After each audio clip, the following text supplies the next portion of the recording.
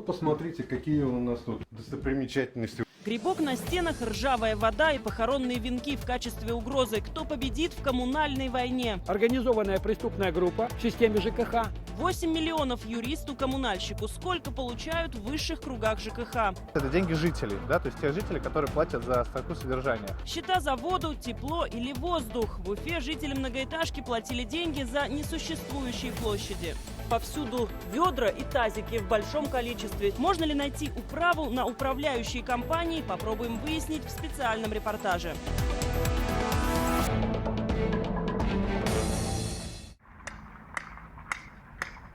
Я тебя установил, я тебя и разберу. Похоже, так решили сотрудники одной из уфимских управляющих компаний. На этих кадрах они буквально отдирают от асфальта лежачий полицейский. Все происходит во дворе многоэтажки по улице Интернациональной. Жильцы ставят сюда автомобиль в попытке остановить демонтаж, но безуспешно. Документ покажите, пожалуйста, на это имущество.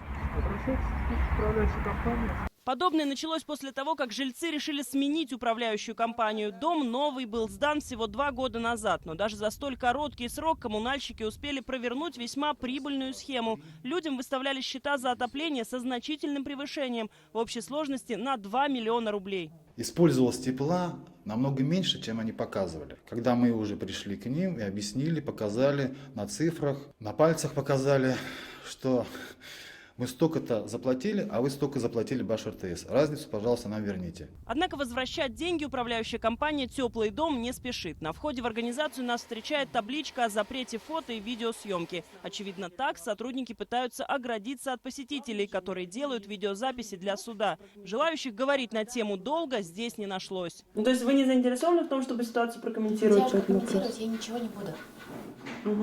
Руководство пока что нет. Ну, хоть вот в прошлый раз никого из сотрудников ни единого не было на месте, и сегодня никого нет, да? Неправомерные начисления в этом доме подтвердил Госкомитет Республики по жилищному и строительному надзору. Говорят, подобное самоуправство управляющих компаний не редкость. Только за год поступило более 5000 обращений по поводу таких незаконных поборов. По итогам проверок и по итогам судебных разбирательств жителям было возвращено в виде перерасчетов неправомерная плата на сумму более 70 миллионов 200 тысяч рублей. Миллионы фигурируют и в другой уфимской истории, причем достались они одному человеку, юристу, представлявшему в суде интересы УЖХ Кировского района. Его услуги управляющая компания оценила, внимание, 8 миллионов рублей. Эта тема сейчас активно обсуждается в интернете. Им было написано исковое заявление в суд, а также он поприсутствовал на 2 судебных заседаниях 10 и 30 августа 2017 года. Думается мне, что юристу немного переплатили. Эта пикантная история началась еще в 2015-м. Тогда УЖХ Кировского района благоустраивала город к проведению саммитов ШОС и БРИКС. Но администрация города по каким-то причинам за работу с УЖХ не расплатилась, задолжав 84 миллиона. Спустя 2 года коммунальщики подают в суд и привлекают некое юрагентство «Эксперт», пообещав ему 10% в случае успеха. Юрист дело выиграл и обещанные 8 миллионов получил. Почему так много и почему в суд не отправили штатных юристов, мы спросили у нынешнего директора УЖХ. А почему вот все говорят дорого? А вы назовите тогда цену. Что значит дорого? Исходя из чего? Против администрации какой-то управляйки подавать и выиграть, это как откусить руку, которая тебя кормит. Естественно, иск был неочевидный. А вот опытные юристы считают, что дело было далеко не самым сложным, и такая работа обычно оценивается в 20-25 тысяч рублей. Подготовить иск, я его сам тоже видел, то есть его юрист с средней руки, скажем, может написать там за полдня. То есть оценивать эту работу с учетом там подачи документов, сбора и за участие в 1,5 заседаниях в 8 миллионов, крайне затруднительно. Управляющая компания теми деньгами, которыми она распоряжается, это деньги жителей, да, то есть те жители, которые платят за строку содержания. На сайте арбитражного суда можно без проблем найти данные о том, что юрист, получивший рекордный гонорар, регулярно представлял интересы УЖХ в судах аж с 2013 года. По мнению создателя интернет-портала ЖКХ Вадима Белякова, 8 миллионов ушли в рамках заранее продуманной схемы. Мое мнение, для того, чтобы каким-то образом вывести деньги с оборота и куда-то их направить. Похоронный венок и краска на лобовом стекле. Такая недвусмысленная композиция появилась на одном из автомобилей в процессе очередной коммунальной колониальной войны, теперь уже в Уфимском затоне. Здесь летом этого года жильцы сменили одну управляющую компанию на другую, устав от переполненных мусорок, ржавых труб и коричневой воды из-под крана. Но, говорят, в результате на них обрушилась настоящая месть. 500 человек на 10 дней остались без воды и лифта, а из дома исчезло дорогостоящее оборудование, насосы и электронные платы. Они просто украли это дело, они забили нам канализацию специально. Это в качестве мести за то, что выбрали другую управляющую компанию. Вот посмотрите, какие у нас тут достопримечательности в этой квартире.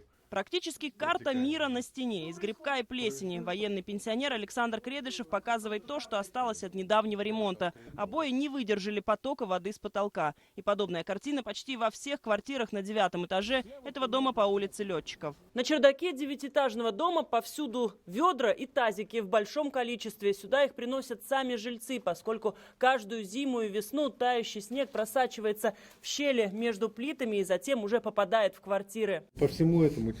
Вот. Вон, видите, лужи. Это вот все я раскладывал в мешки, как мог, запенивал, там, спасал вот это вот.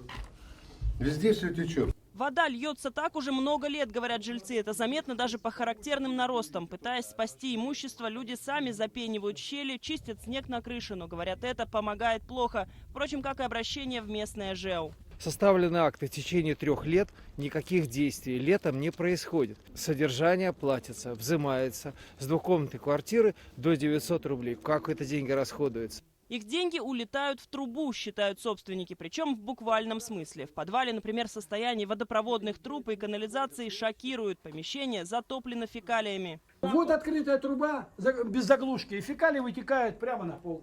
Вот они. Серьезную утечку воды жильцы зафиксировали здесь еще год назад, но, как видно, ситуация почти не изменилась.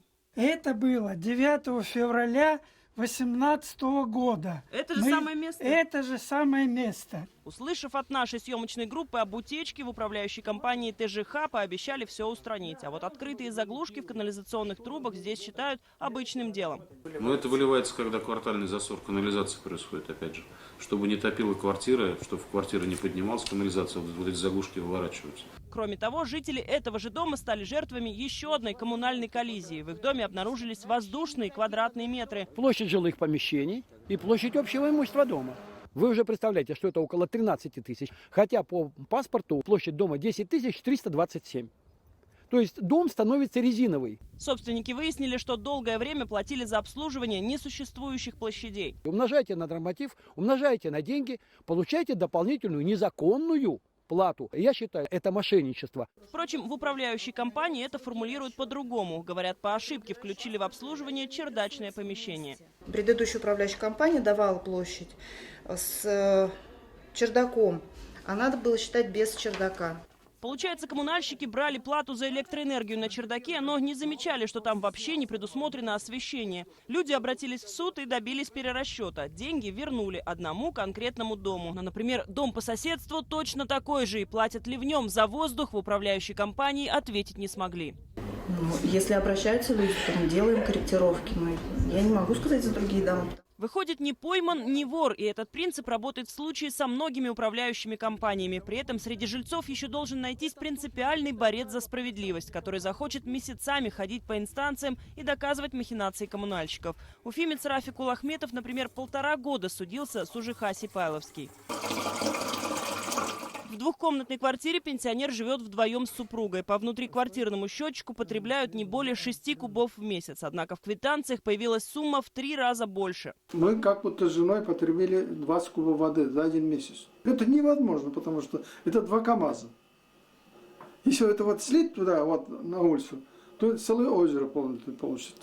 После проверки Государственного комитета выяснилось, что управляющая компания с нарушением начисляла плату за воду на общедомовые нужды. По сути, на жильцов повесили всю разницу между показаниями индивидуальных счетчиков и общедомовых, хотя по норме за ОДН они должны были оплачивать меньше 1 куба в месяц. Общедомовые приборы учета по воде находятся в подвале. По словам жильцов, доступа туда у них нет. Дверь все время на замке, ключи никому не дают. И судя по огромным нетронутым сугробам, сами сотрудники управляющей компании показания этих счетчиков снимают редко. Для всех жильцов своего дома Рафик Нафикович сумел вернуть почти 170 тысяч рублей. Для себя лично около 3 тысяч. Нам выписали предписание. По данному дому мы вернули данные до начисления.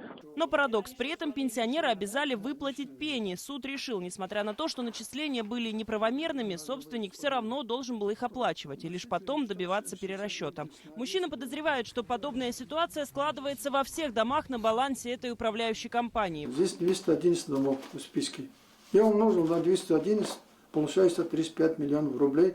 Они взяли у жителей Сипайлова обманным путем. Эти в законе какой-то лазейки есть. Они спокойно забирают у людей деньги, а их никто не наказывает.